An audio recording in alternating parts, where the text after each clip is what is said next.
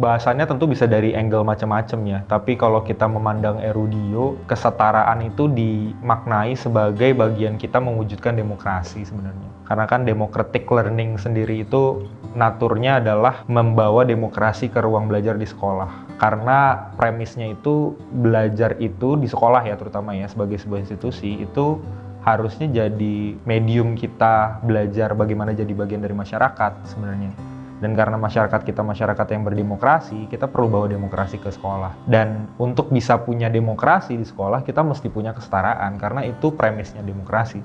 Demokrasi nggak bisa kalau nggak ada kesetaraan gitu kan ya. Karena kalau ada hierarki dalam masyarakat, terutama dalam konteks politis gitu ya, bahwa ada satu suara yang lebih tinggi dari yang lain, itu jadinya nggak berdemokrasi kita gitu kan. Itu prinsip demokrasi dalam masyarakat Indonesia juga, bahwa setiap orang punya suara. Nah itu yang kemudian dimaknai dan dijalankan di Erudio gitu, supaya ketika kita udah setara dalam proses belajar itu jadi lebih sesuai dengan nilai-nilai demokrasi yang ingin kita memang bangun gitu. Itu satu poin, tapi sebenarnya kalau kita telaah lagi dalam konteks belajarnya sendiri, yang paling ideal itu pasti dorongannya dari dalam, intrinsik. Orang bisa, manusia gitu ya, bisa belajar itu ketika dorongan intrinsiknya itu kuat gitu kan ya. Udah nggak ada external factors lagi, bener-bener ya saya belajar karena saya mau belajar hal ini gitu. Nah untuk itu bisa terjadi, sulit untuk kita pakai instrumen keseragaman, instrumen aturan, instrumen hukuman di sekolah, karena itu akan jadi kontradiktif kalau kita pakai instrumen-instrumen untuk, kan itu biasanya instrumen-instrumen pelajaran yang juga dipakai ya di sekolah ya. Ada aturan,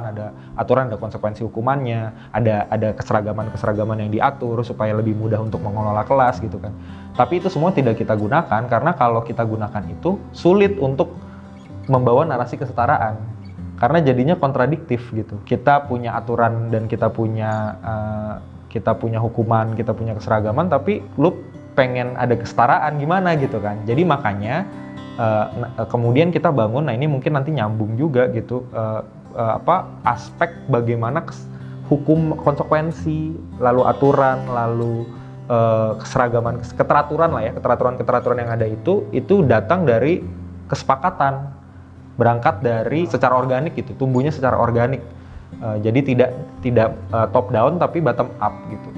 Nah itu yang jadi semangat kita gitu, dan harapannya lewat lingkungan yang seperti ini, jadi seakan-akan anak-anak itu berada di ruang pengetahuan yang lebih kecil, lebih sempit, lebih bawah dibandingkan ruang pengetahuannya seorang dewasa gitu. Nah itu yang sebenarnya kita coba dekonstruksi. Nah itu mungkin jadi salah satu kata kunci juga. Kita coba dekonstruk, dan tugasnya dia sebagai guru, kalau kita mau bandingkan dengan bagaimana guru di sekolah pada umumnya bekerja gitu ya, bukan lagi mengajar tapi menjadi pendamping belajar.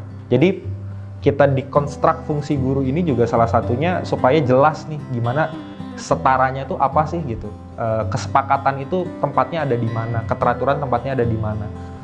Lalu juga kesepakatan yang kalau dilanggar punya konsekuensi itu posisinya ada di mana gitu. Jadi supaya narasinya ini nggak kontradiktif, dan kemudian kalau kontradiktif kan ini kan udah, kita kan nyentrik ya, beda banget ya.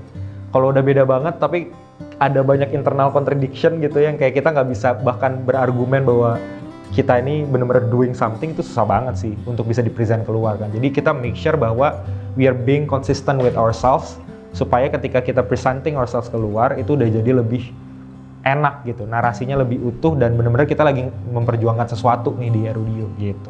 Itu sih kira-kira secara garis besar.